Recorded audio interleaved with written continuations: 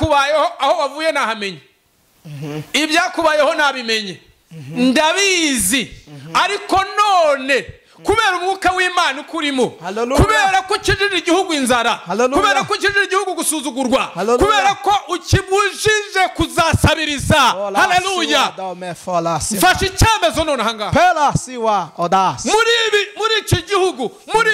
muri iki gihugu nyoboye jewe ko turi kumwe tuzabona hehe umuntu nk'uyu uri mu mwuka w'Imana haleluya Mana ishimwe shaka kukubwira ko uri mu mwuka w'Imana yego ubu uri umukire nukuri iyo uri mu mwuka w'Imana ntabwo wifuza ahubwo urifuzwa nukuri iyo uri mu mwuka w'Imana n'abakomeye baragupfukamira ndarangiye ko hakenewe umwuka w'Imana amena mu bisanzwe umwuka uramutse ubuze ikintu cy'ingenzi umwuka uramutse ubuze ku muntu yego duhita dupanga uburyo bwo kujya kumushyingura nibyo ibi rero ndabigereranya n'iki umukristo ufite ibyaha ukora ibyaha ugisambana ugihemuka umushumba ukibeshya umuririmbyi ugifite amafuti yose yaratobotse hari igikoresho kizima kitagira umwenge kitagira umwenge urabona baro y'abakinnyi bakinisha football yego urayihaga kugira ngo umwuka ugumemo nuko nta kenge na gato kaba kari muri iyo baro nibyo noneho abakinnyi 22 mu kibuga icyizere bafite cyo gukinira umupira ntabwo ari uriya mupira ni umwuka urimo umwuka uvuyemo umukino wahita uhagarara Yozefu uyu rero wabonetsemo igisubizo yari umusore mwiza utunganye rwose umwuka w'Imana mubamo haleluya ntiyigeze amucika kubera ko yarinze uwo mwuka kuko kari ko kamaro kiwe amen ntabwo rero ushobora gutunga umwuka waratobaguritse ntabwo umwuka uba mu bintu bitobaguritse uba mu kintu kizima Imana ihabwe icyubahiro amen Yozefu yaririnze yirinda ubusambanyi iyo aza gusambana kwa Potifari uyu mwuka wari guhita usohoka kuko yarahuye n'igisuti gita kimutobora umwuka ukamuvamo ukagenda uzi ko umutunzi ufite amafaranga uzi ko umutunzi ufite amasambu afite inka buri kimwe cyose agaciro atari biri atunze agaciro ari umwuka w'Imana afite nukuri izina ry'Uwiteka rihabwe icyubahiro amen Yobu yaranditse aravuga ngo yakwitegereza umuntu ikisubiranira umwuka wayo ngo ibyaremwe byose byapfa bigashira nibyo isubiranye iki umwuka wayo janganira na bene data b'abasilamu bakatubwira ati Yesu turamwemera ugasanga abantu bari guharira mu by'ukuri koko baramwemera ariko ikibazo bagira ni kimwe ntabwo bamwemera nk'umuyobozi wabayobora bamwemera ku izina bakamera ko yavutse bakemera ko yapfuye ariko ntibemera ko yazutse aho rero ni hari ibanga ntabwo bemera ko yazutse kandi kutemera ko yazutse ni ukwanga kuyoborwa ugasanga bamwemera igice mu buzima bwawe bwa buri munsi hano ku isi ukeneye umuntu w'Imana uri mu mwuka w'Imana yego niko kuri kikwereka yuko wahuye n'umuntu uri mu mwuka w'Imana nuko ikibazo wari ufite icyifuzo wari umuhaye ahita akibonera igisubizo umwuka utubeshaho umwuka uradushoboza ibintu utari gushobora warebesha amaso agatinya n'ubwenge bwawe ugatinya umwuka arabigushoboza kuboneka rero umuntu w'Imana haleluya uri mu mwuka w'Imana uri n'ahantu hari hakomeye Yes, turabasuhuje mwese mukurikiye channel yitwa Iramiro TV ndetse na Mose TV. Amahoro y'Imana abane namwe aho muherere ku mpera z'isi zitandukanye. Aho muherere ku mpera z'isi zitandukanye, niba ni mu gitondo mugire igitondo cyiza, niba nijoro mugire ijoro ryiza. Mutwe ko babwiye ko tuzatunyaruka tukabazanira jambo ry'Imana, tukabazana umutumirwa uri amavuta y'Imana. Uyu munsi twanyarutse nanone tubazanira umukozi w'Imana cyangwa se umwana w'Imana ariko n'umupastori. Hanyuma tubanje gushimira abantu bakoze subscribe, share, like, comment, mwasangije n'abandi mwese. Turavuze ngo Imana ibaduhere umugisha, mwatubereye inshuti zakadasohoka. Hanyuma reka dutangire twakira uyu mwana w'Imana arikaze no kutwibwira neza birambe ko n'ubwa mbere aciye kuri izi TV. Hanyuma turakwakiriye. Murakoze, ndabashimiye. Yego, mumeze mute? Turaho turashima Uwiteka ukiturinze twese. Amen. Turabishimiye ko mwatugendereye cyangwa mwatwemereye mukamuje gutambutsa ubutumwa kuri izi TV. Hanyuma turanje gusabira umugisha. Imana ibaho umugisha namwe. Yego. Ubu hano ugiye gukurikiranwa n'isi yose, ntago ari abanyarwanda gusa, ahubwo n'isi yose, kuko ibi ni ibiganiro bitagira umupaka, kuko na Yesu yaravuze ngo mugende mubwiriza abantu mu mahanga yose, abazemera babatizwe. Hanyuma mbere yuko tuza kwakira tugezaho Imana igukize ku mutima, mugiye kubanza mutwibwire muri aya masaha.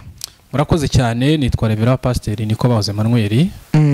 Umugabo ndubatse, mfite umugore n'abana. Yego. Ntajya mbasha kuvuga umubare kubera ko bishe bagira ngo nibikabya nkuru cyangwa se bimwe busaba. Yego. Ariko mu by'ukuri ndi umubyeyi. Yego. Nsengera mu itorero ry'Ababatista. Bavuguriye hari Kacyiru. Yego. Aho uyu munsi ntabwo kiri Kacyiru, turi Kinyinya. Kinyinya. Muri iyi misi. Yego. Aho twimukiye. Imana iduhana umugisha. Amen. Hanyuma Revera, turakwishimiye ko watugendereye. Iyo twageze amahirwe tukakira abantu bakuru mu buryo bw'umwuka ndetse n'uburyo bw'umubiri, hari nk'utubazo duke tubabaza tw'ingenzi kugira ngo n'abantu bari hasi bataramenyesha muri Imana bakiri mu byaha, kugira ngo umenye niki wabwira ku bantu badukurikiye. Ijambo kwitwa umukristo ni iki? Kwitwa umukristo no kubanza kumenya Kristo. Yego. Hanyuma ukamwemera, ukamera ko ari umwami n'umukiza wawe. Yego. Ubugingo bwawe. Sobanuye ngo ibyo witaga agakiza utaramwemera biba bitagifite agaciro, ahubwo igifite agaciro ari uwo umwami wacu Yesu Kristo wakiriye uvuga ubuhereye ubutangiye intambwe yo kuba umukristo, ukabihamisha kumwakira nicyo kibanza, ugakurikiraho kubihamya. Yego. Ubatizwa mu mazi. Yego. Menshi. Yego. Ukabatizwa mu mazi menshi. Aho ngaho ubutangiye kuba umukristo. Yego. Ntibihagije aho rero. Hari ukuba umukristo ukaba n'uwa Kristo. Bitandukaniye he rero? Kuba umukristo ukaba n'uwa Kristo ni ibintu bibiri bitandukanye. Yego. Hari ababa Kristo ku mubatizo gusa, ari wo wa Yohana. Hari n'aba Kristo baba bateze amatwi icyo uwo bemeye ababwira, akaba ari byo bakora, akaba ariyo nzira bagenderamo. Murakoze. Bakoze cyane. Cyakoze n'ibyo kubana n'umuntu mukuru rwose, ya mu buryo bw'umukara, mu buryo bw'umubiri, ubona ari ibintu by'agaciro. Dusobanuye neza, Imana igumugisha. Hanyuma hari nk'ukuntu umuntu aba yarabatijwe ariko akamenya kugendana ijambo rivuga ngo njye narabatijwe, akamenya akajya gukora ibyaha agacayisha, biriya byaba wenda byabivuze ngo ni uwa Kristo nawe? Ni uwa Kristo. By the way, reka nanasubira inyuma, abantu bose n'aba Kristo kubera ko bose yarabapfiriye. Noneho mvuge n'iki n'abatamwemera n'aba Kristo. N'aba Kristo.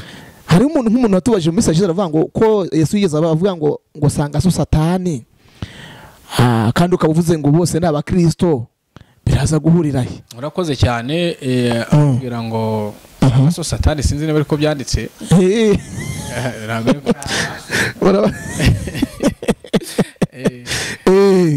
Umuntu wese wakurikiye Yesu amubonaho ububasha bw'umubiri, atarinjira mu ibanga ry'umwuka wera, abagifite gukururwa na Satani, abagikora ibya Satani. niyo mpamvu navuze ngo hari abakristo n'abakirisitu. ewe mushu ndabona hari igihe tuzongera tugagutumira ukaza ukatubwira kuri aya mabanga yose nyine tumva nk'abantu batazi bari nk'agashya wumvishe bwa mbere icyo kintu abantu bose bari ku isi n'abakristo abarozi abajura indaya ubwo mvuze abasambanyi n'ababandi bajya mu bapfumu bose ni abakristo kuko yarabapfiriye. Mushu kandi kanungutse none ko ari igihe uhura n'umuntu wenda ari indaya ukamwinena kandi ari uwa Kristo, twese turi abakristo, ubwo twajya duhura nabo tukavuga ati tukisanisha nabo. Impamvu Yesu ajya gupfira ibyaha by'abantu, ijambo ry'Imana tubwira ngo kuko bose bakoze ibyaha ntibashyikira ubwiza bw'Imana. Ari abatambyi, ari abatangaga ibitambo, n'ibitambo bwabyo ntacyo byari bimaze. Yego. Bituma rero Yesu afata icyemezo cyo gucungura abari ku isi bose icyarimwe. Yego. Ndagira nkubwire ko nta muntu uzarimbuka azeze ko yakoze ibyaha. Oya. Iki? Azarimbuka kubera ko Yesu yaje kumubera umwami n'umukiza, ntamwizere ngo yemere kuyoborwa nawe. Yego. Bishatse kuvuga ngo umuntu wese ibyo yaba arimo aho yaba ari hose ntagahejwe yaza kuri Kristo yamwemera ako kanya. Yego. Hanyuma urakoze cyane. Ikindi nakubwira janganira na bene data b'abasilamu bakatubwira ati Yesu turamwemera, ugasanga abantu bari guharira mu by'ukuri koko baramwemera, ariko ikibazo bagira ni kimwe, ntabwo bamwemera nk'umuyobozi wabayobora. Bamwemera ku izina, bakamera ko yavutse, bakemera ko yapfuye, ariko ntibemera ko yazutse. Aho rero ni hari ibanga. Ntabwo bemera ko yazutse, kandi kutemera ko yazutse ni ukwanga kuyoborwa ugasanga bamwemera igice. Okay. Hanyuma Revera turagushimiye. Hanyuma ndumva twagwa akanya katugeza ijambo ry'Imana, buriya tuzagutumira by'umwihariko uzu tubwire ku ijambo ry'Imana ryariko riri muri Bibiliya, utubwire ku mateka ya Bibiliya. Urakoze cyane. Hanyuma wenda twagwa akanya ugasenga ugahita utangira. Izina ryawe ni ryera Mana. Haleluya. Icyubahiro ni kibi cyawe. Tugushimiye ko iminsi yose twabayeho watweretse gukomera kwawe. Izina rya rihabwa icyubahiro. Amen. Ubwenge bwacu ntibwabishyikiriye. Uwiteka ibyo bidukwiriye muri twe nugora dushima izina ryawe ibihe byose twaba turimo, kubera ko utigeze udusiga cyangwa ngo duhane. Amen. Ahubwo twabeshejweho nawe, n'ubu tugibeshejweho nawe. Gushimiye ko Uwiteka warinze ubwoko bwawe n'abagiye kumvira ijambo ryawe, ukaba ugikomeje kubarinda nanjye ukandinda mu izina rya Yesu. Amen. Ni karibu no kutugezaho kimwe. Murakoze cyane. Yego. Tugiye kuganira ku ijambo ry'Imana rivuga ku kamaro k'umwuka wera. Yego. Umwuka wera icyamariye umuntu umufite, n'icyamariye abamubonyemo uwo mwuka. Haleluya. Amen. Duhereye hano mu ijambo ry'Imana dusanga mu itangiriro igice cya 41 umurongo wa 38, hatubwira ngo Farawo abaza abagaragu be ati tuzabona hehe umuntu umeze nk'uyu uri mu mwuka w'Imana. Amen. Yesu ashimwe cyane. Amen. Shaka kubwira ko mu buzima bwawe bwa buri munsi hano ku isi ukeneye umuntu w'Imana uri mu mwuka w'Imana. Yego, niko kuri. Tujya tubona abakozi b'Imana bari mu mwuka w'Imana.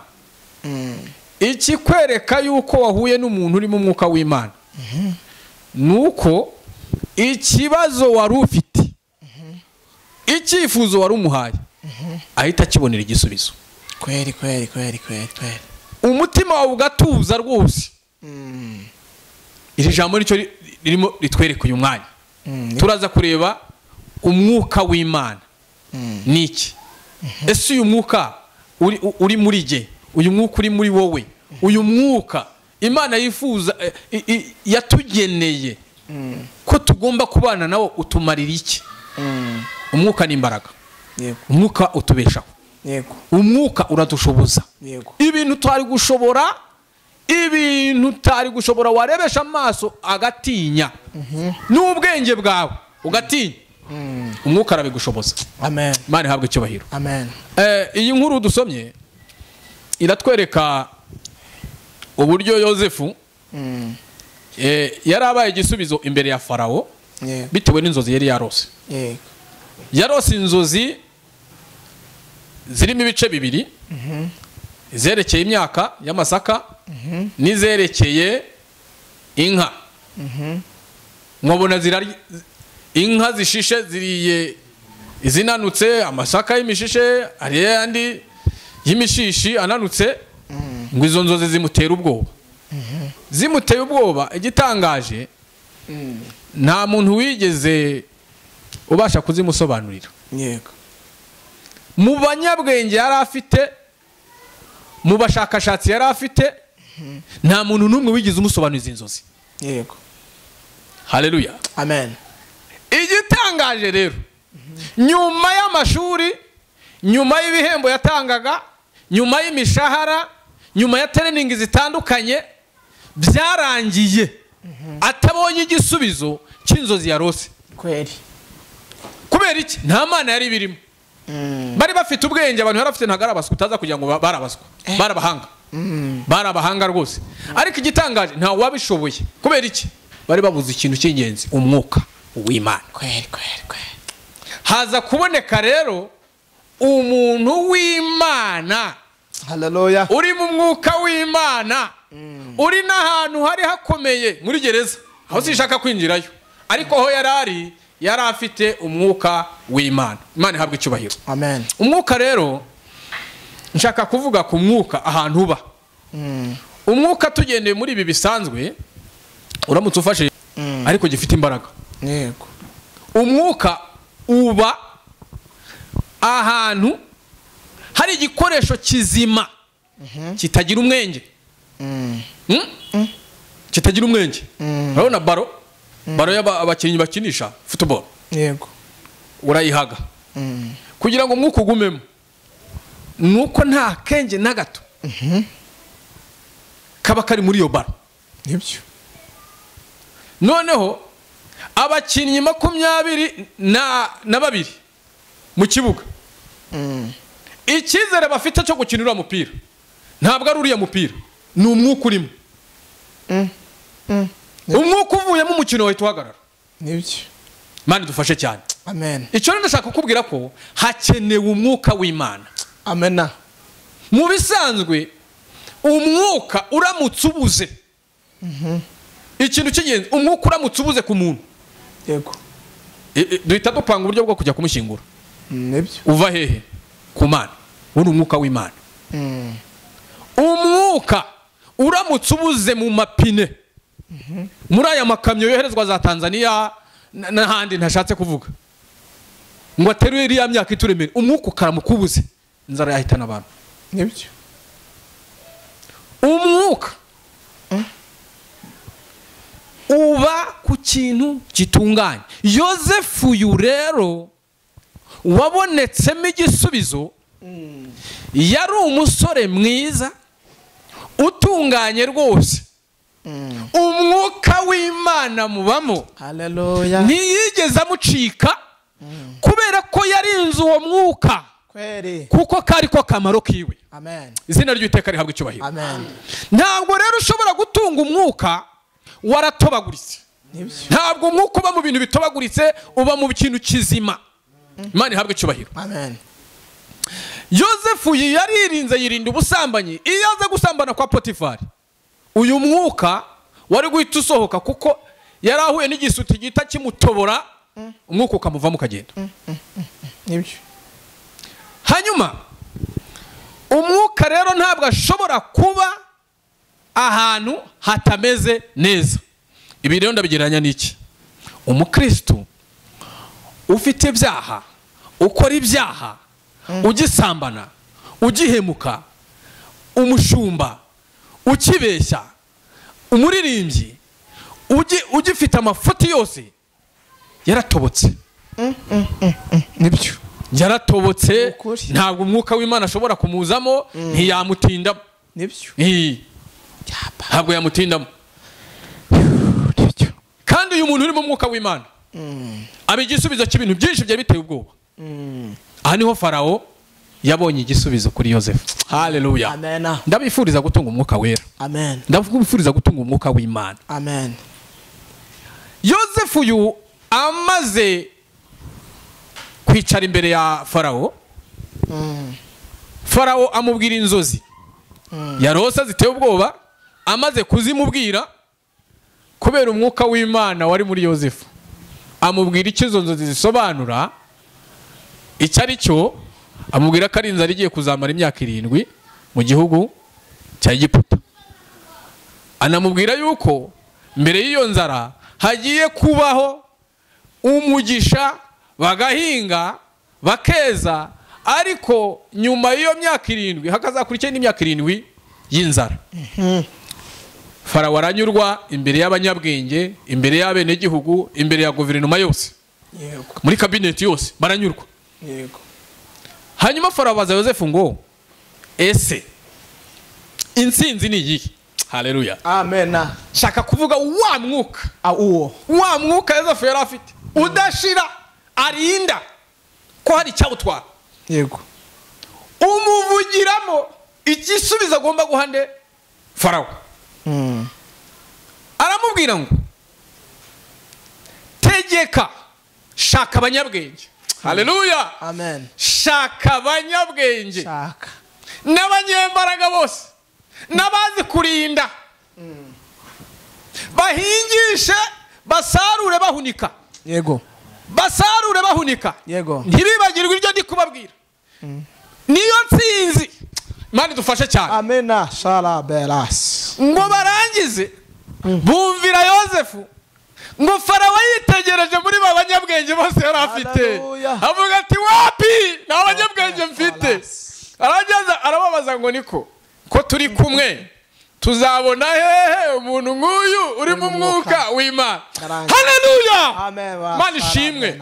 Shaka kukubwira ko uri mu mwuka w'Imana. Yego. Ubu uri umukire. Nukuri. Iyo uri mu mwuka w'Imana ntabwo wifuza, ahubwo urifuzwa. Nukuri. Iyo uri mu mwuka w'Imana n'abakomeye baragupfukamira. Ndarangiye none. Mana ihabwe icyubahiro. Amen. Twarahombye abantu tutuzuye umwuka wera kera, abantu badafite umwuka barahombye, baganirizwa n'ibintu bibasubiza inyuma, bakaganirizwa n'ibibateye ubwoba, ariko umuntu uri mu mwuka w'Imana aba afite imbaraga zinesha byose. Amen. Mana ihabwe icyubahiro. Amen.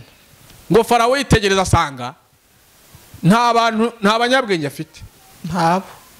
Arangize aravuga ngo ku murongo waho wa 39 dushobora gusoma iyo nkuru, havuga ngo kuko Imana iguhishura ibyo, nta wundi munyabwenge muhwanye ntawe, ni wowe dutoranije.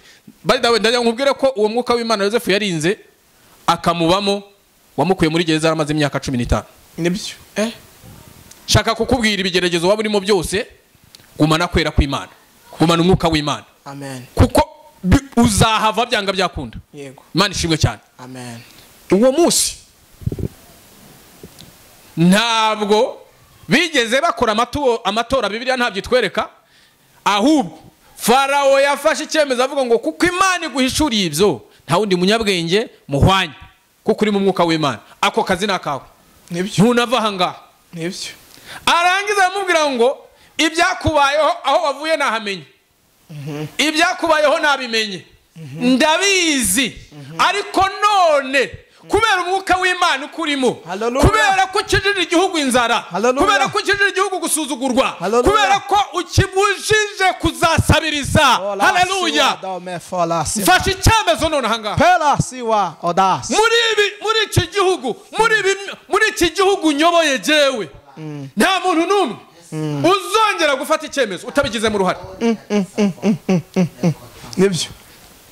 Nta matora yabaye, binyamakuru byose byandika biravuga ngo mu gihugu cya Farawo cya Egiputa no mu Misiri habonetse uwungirije, ko navuga niba ari kumwinjiza sinzi bya politiki, yaramwungirije niwe guverineri yabonetse, cyangwa niba ari guverineri, niba ari minisitiri w'intebe simbizi, minisitiri w'intebe aho ngaho hafa, aravuga ngo niwe wabonetse kandi byahamijwe n'umwami Farawo ntibivuguruzwa. Haleluya. Nta n'amatora abaye. Nta n'amatora abaye. Kubera ihumure yarahaye umwami. Ndashaka kubwira ngo ihumure buramutse iyo urihaye umwami uba urihaye igihugu. Ni ukuri. Farawo aratunganirwa, amahoro araboneka kubera umwuka w'Imana. Zira ry'Uwiteka arabwa icyubahiro. Akamaro k'umwuka rero natwe ubwacu twebwe abariho abizera Imana n'abatayizera, umwuka dukoresha uyu munsi ni uw'Imana. Reka nkubwire ikintu, uzi ko umutunzi ufite amafaranga, uzi ko umutunzi ufite amasambu, ufite inka, buri kimwe cyose agaciro atari biri atunze, agaciro ari umwuka w'Imana afite. Ni ukuri. Izina ry'Uwiteka arabwa icyubahiro. Amen. Yobu yaranditse aravuga ngo yakwitegereza umuntu ikisubiranira umwuka wayo, ngo ibyaremwe byose byapfa bigashira. Nibyo. Isubiranye iki? Umwuka wayo. Umuntu aramutse agufashe akakuniga, ufite ubutunzi akavuga ati ndakuniga, akakunyweza bya nyabyo, akavuga ati ngo amasegonda 3 yo kumpereza bira byose ufite. Amasegonda 3 birahagije gufata icyemezo uvuga ngo bitware, ariko nsigarana umwuka. Niko kuri. Haleluya. Amen. Rero umwuka ni imbaraga zitubashisha kubamo ibisubizo by'abantu mu bantu. Amen. Nicyo cyabaye. Yesu abwira abigishwa be, yabwiye ngo muzahabwa imbaraga umwuka wera nagira gute? Nabamanukira. Mbere batarahabwa umwuka wera bari abanyabwoba, bahawe umwuka wera arabuzura, arabashoboza, baba abo guhamya ubutumwa na bugingo n'ubu mukitembera. Yesu abaho umugisha. Amen. Hanyuma mushumba, nk'umuntu akeneye kugushaka kugira ngo umusengere, kumugira inama, kuba akeneye nko kwiga, ko numvise ko waba ufite ibintu byinshi muri wowe, umuntu yagushakira kuri nimero? Murakoze cyane. Ni 0788 yego 23 29 54. Yego, kongera 0788 23 29 54. Hanyuma reka dusengere n'abantu batarakira umwuka wera, ubasengere nawe Imana izabubahe. Mana yacu, ijambo ryawe tubwira neza ko igihe kigeze kwa gusenga bagusengera mu kuri no mu mwuka. Ushaka ko bene abari bagusenga, yego, hishurira abantu bawe akamaro k'umwuka muri bo, maze barinde imitima yabo, barinde imibiri yabo, kugira ngo umwuka wera abone hatura kandi bitunganye batandukane n'icyaha, mu izina rya Yesu. Amen. Murakoze. Ibiganiro byacu nakagaruka. Shalom. Ciao. Mutarakora subscribe ikore ujye ubona ibiganiro byacu ko bikurikirana. Shalom. Ciao.